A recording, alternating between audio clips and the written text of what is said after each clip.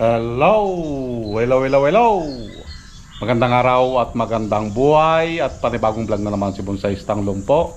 So ito yung ating gagawin ngayon, yung asim kilig. So kailan lang nung win-workshop natin ito, so pwede na naman ulit nating i-wire yung mga tumubong mga sanga. Okay, para magkaroon na ng sayaw yung kanyang mga sanga na hindi pa na-i-wire. Okay, so let's start. Kalbohan time na naman. Ang pinaka-paborito ni Bonsai Stanglong po, ang magkalbo para swabe bebe kapag ito ay i-wire. Agoy, agoy, agoy, agoy. Mas swabe, walang sagabal kapag kalbo. So ito pala ay isang sampalok. Ito ay from seed, so galing sa buto. Pinutubo natin para gawing bonsai materials. So sa natatandaan ko, ito ay magtatatlong taon na. So napakabagal yung sampalok. Isa ito sa pinakamabagal na materials. Okay, so unti-unti nating tiyagain para maging bonsai ito. Yan. So enjoy lang sa panonood hanggang sa maayusan natin ito.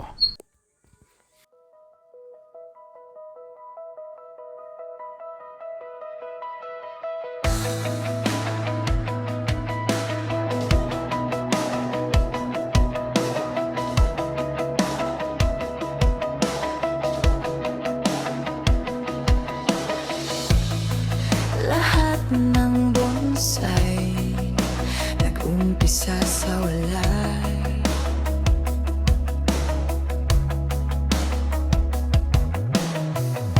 Tahimik sa paso, nakahimlay sa mesa.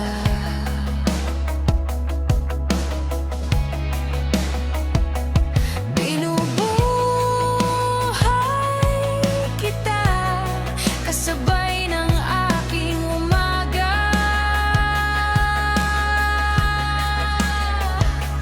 Dahan-dahang pag-aruga sa bawat dahon na makita.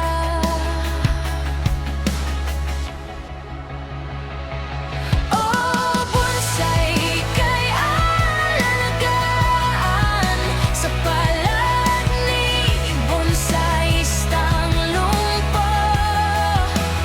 Bawat tali ng alambre, bawat pihit ng sanga, may sariling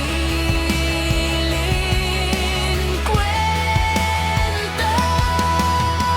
Matagal ka mang mabuo, hihintayin pa rin kita.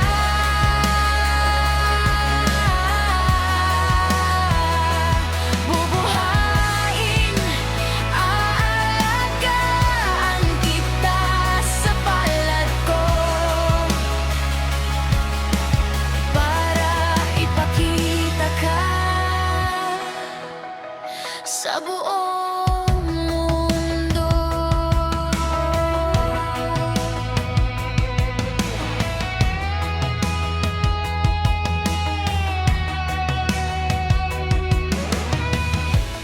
Sumibol ang sanga, parang bagong pag-asa.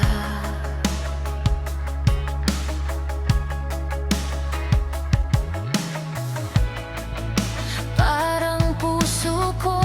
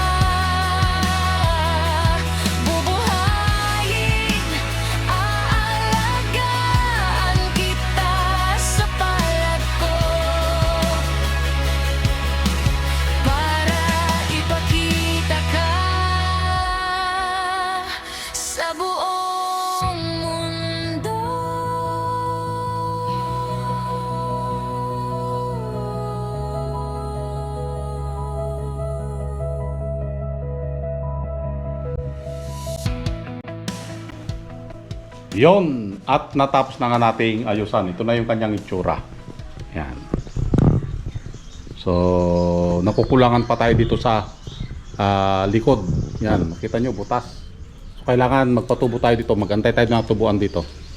Okay? And then, ito yon, yung pinaka dulo ng sanga. Okay? Tapos, palakihin natin ito, itong part na ito. Yan. Kasi ito yung kadugtong ng kanyang katawan. Ito. So, ito yung magiging first branch niya. Yan. Okay? At yun ang kanyang back branch. Yun. Isilip dito. Yun. Pasilip din dyan. Okay? Yan yung mga magsasara dun sa mga butas. Okay? Kailangan makita yung mga yon. And then, ito. Palakihin natin yan. Okay? So, pansamantala, ito lang muna yung kanyang itsura. So, hindi muna natin ma-imagine yung kanyang kagandahan. Okay? Ito ay isang sampalok. Asim kilig. Agoy, agoy, agoy, agoy, agoy, agoy. Asim kilig. Okay? So, maraming salamat at nasamahan nyo na naman si Bonsai Tanglong po. Hanggang sa muli. Bye-bye.